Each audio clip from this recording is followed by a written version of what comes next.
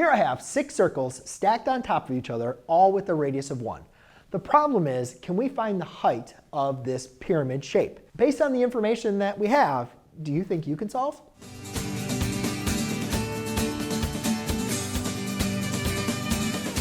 Welcome, my name is Brian McLogan, and I make short, to-the-point math tutorials. I'm going to show you how to find the height of this figure. But before I do that, I want you to go ahead and give it a shot. See how far you can get. Are you ready? Let's go.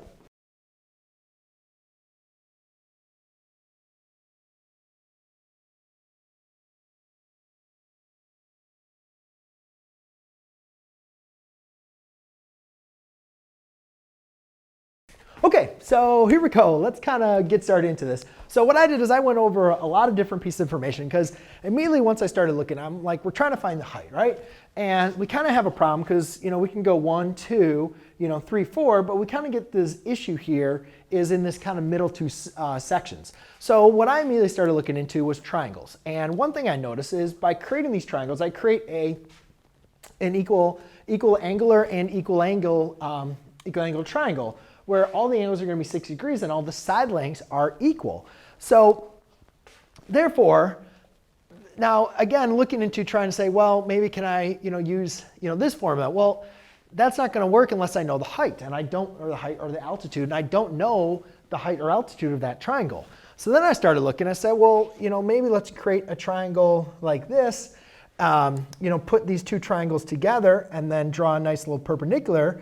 And then I have an oblique triangle where I could still find that length A, which we could call the height, but then I'd have to use the law of cosines, and that doesn't really seem like that much fun either.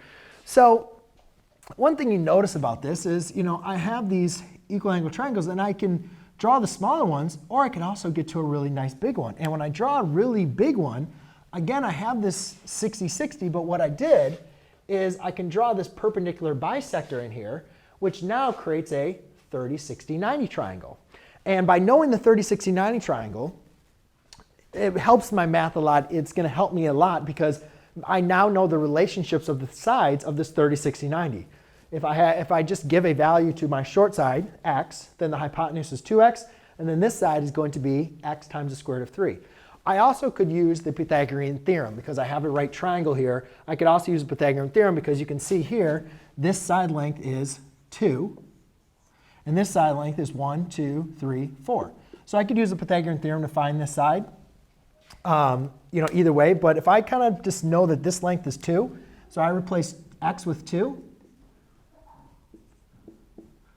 what I get here is the length of this side is going to be 2 square root of 3. So that means from here to here, so 2 square root of 3. So that means from here to here is 2 square root of 3. Now all I need to do is add my radius from here to here and from here to here.